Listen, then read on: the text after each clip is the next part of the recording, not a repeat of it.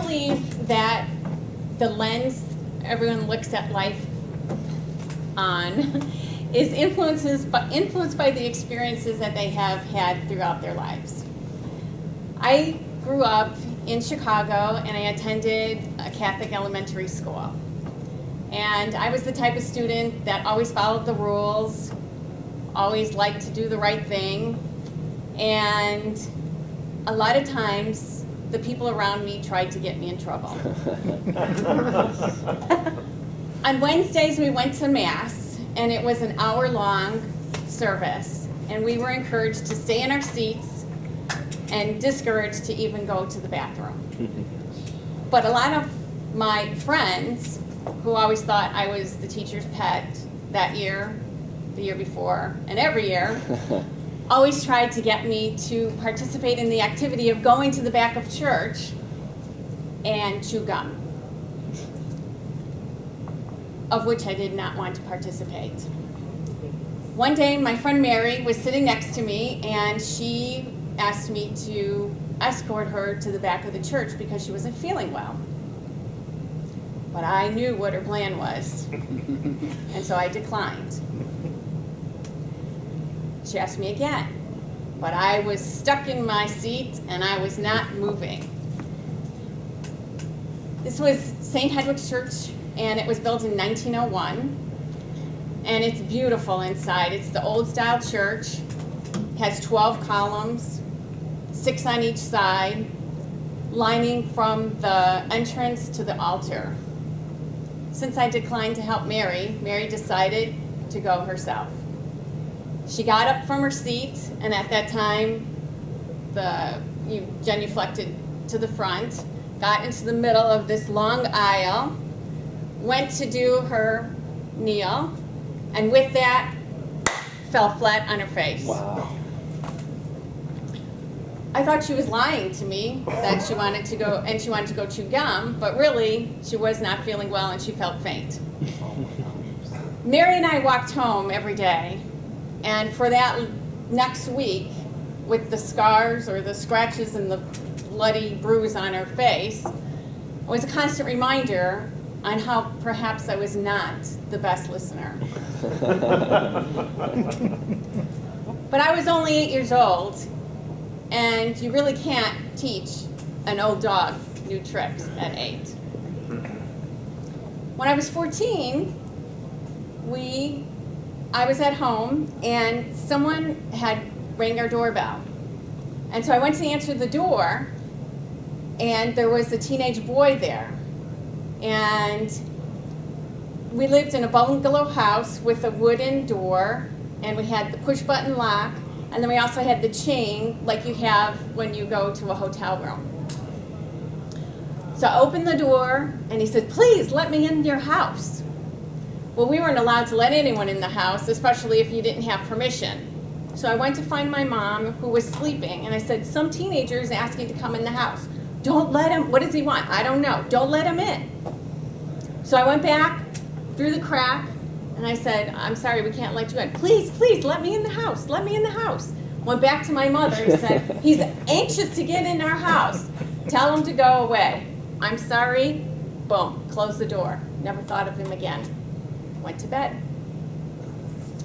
Fast forward 7 years later, and I'm out on the town, in the neighborhood, and I start talking to this young man. And we start chit-chatting. Where do you go to school? Where do you work? Who do you know? Where do you live? Oh, I live pretty close by on Luna. On Luna, I've had a really bad experience on Luna. Oh, no.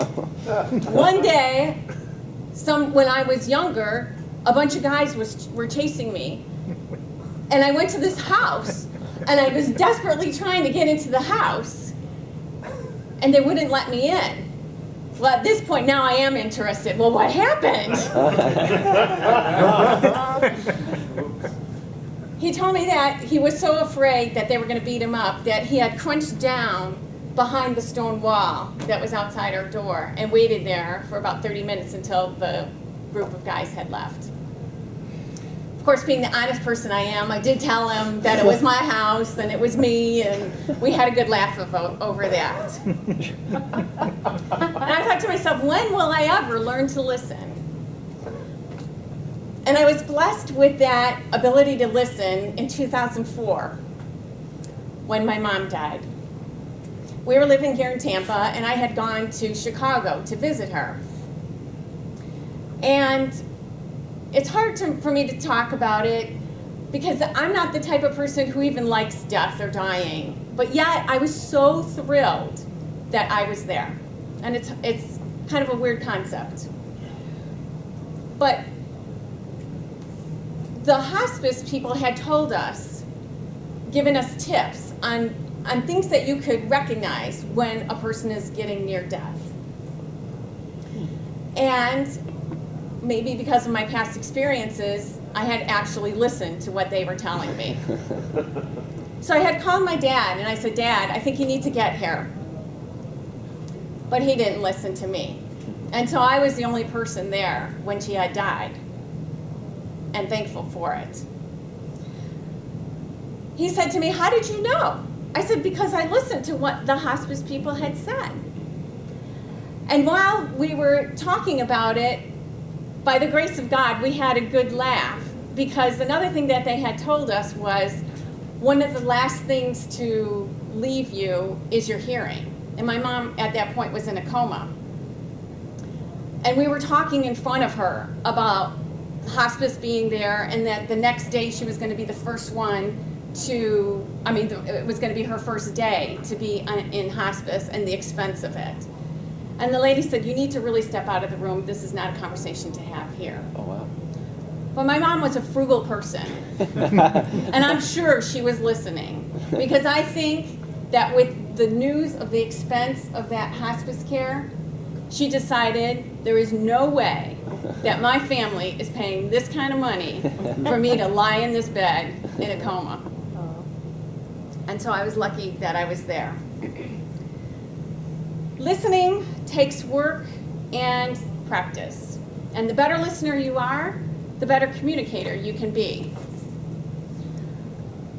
Everyone here spends approximately 52 hours a year in this meeting.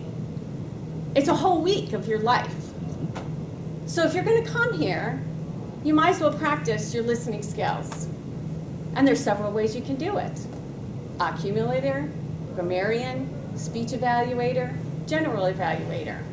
So I invite you today to work on your listening skills and sign up on the next agenda and the agenda after that and the agenda after that, so that we can have a productive meeting and everyone can become better listeners. Thank you. All right.